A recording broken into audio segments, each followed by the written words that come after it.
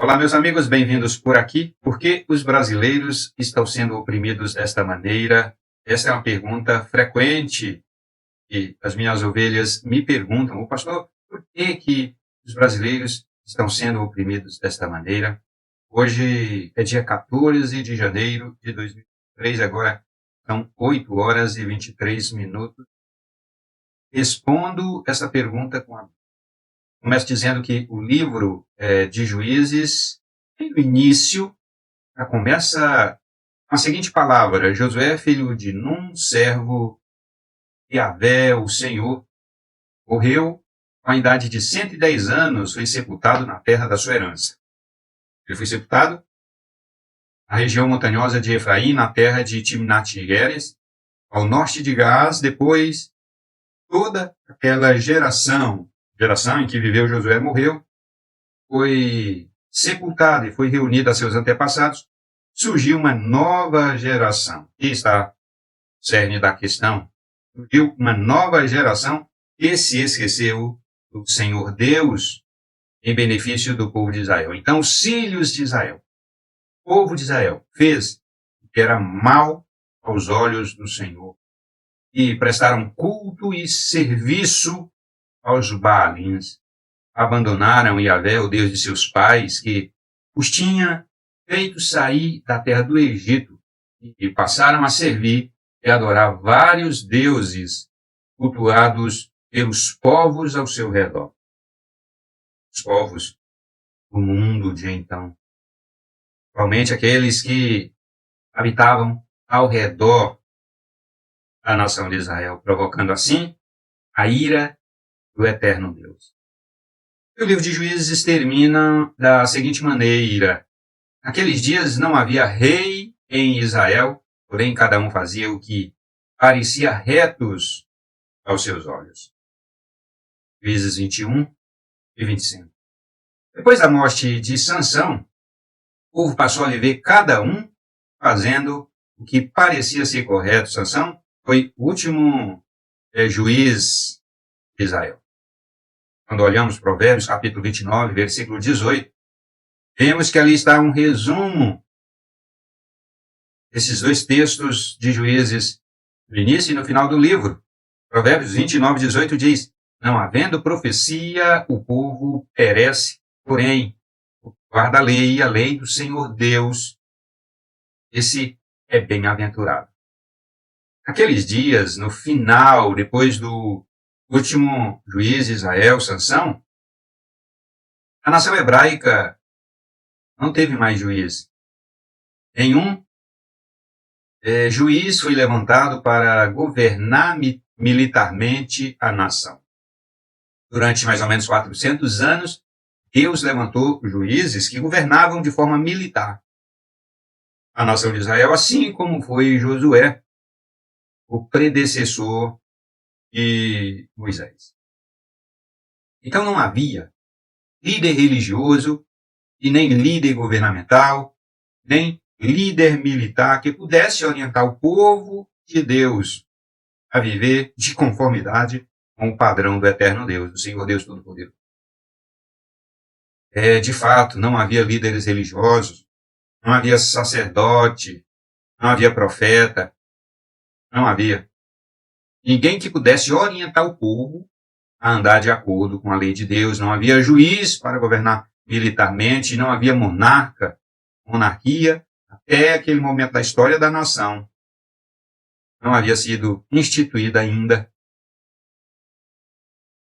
Mesmo que tivesse prevista lá em Deuteronômio, na lei, quando Deus previu a monarquia em Deuteronômio, no capítulo 17, verso 14 a 20.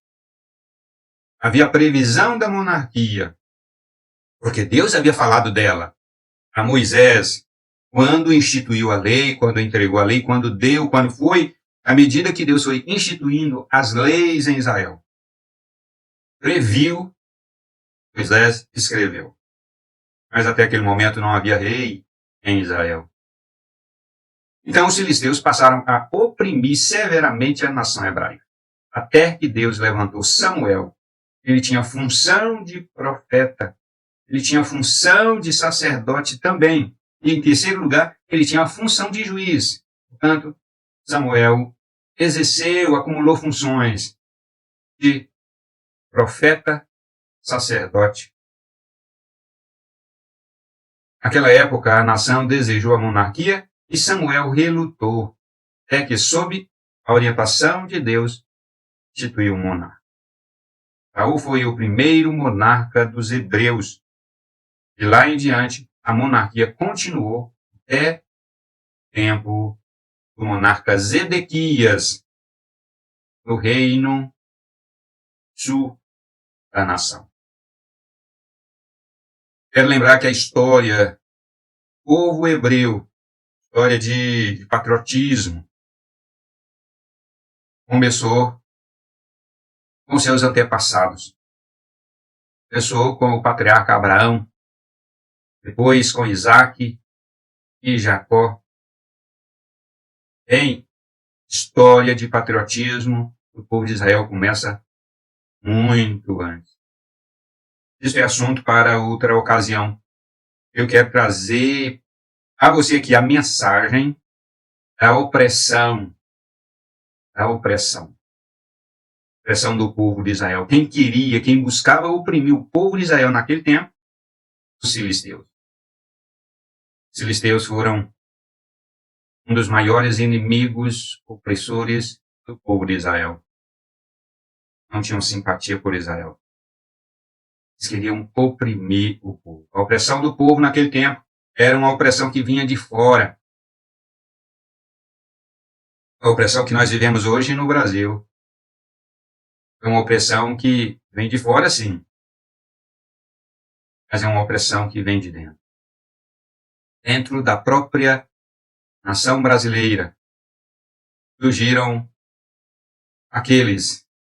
surgiram interesses, surgiram projetos de poder, surgiram organizações, surgiram partidos políticos, surgiram gente de esquerda para oprimir a nação brasileira. Estamos vivendo dias em que nosso povo está sendo oprimido. Temos uma trégua. O Brasil teve uma trégua de 4 anos. Mas agora os opressores voltaram muita violência, oprimindo a nação. Não há solução fácil, não há solução rápida, mas há esperança. Esperança de que os brasileiros se convertam ao Senhor Jesus Cristo, uma conversão profunda, uma conversão do coração e da mente, uma conversão das crenças, uma conversão das falsas crenças, uma conversão da visão de mundo. Os brasileiros têm que se converter ao Senhor Jesus, à palavra de Deus, uma conversão que não é somente uma conversão da crença de salvação, mas uma conversão profunda, uma conversão de valores, uma conversão do modo de compreender cosmovisão. Estamos precisando de uma conversão profunda. Mas a solução não vem nesta geração.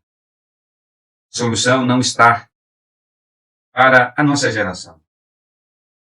A solução é difícil e demorada. Ensinando as pessoas a palavra de Deus, como de fato ela é.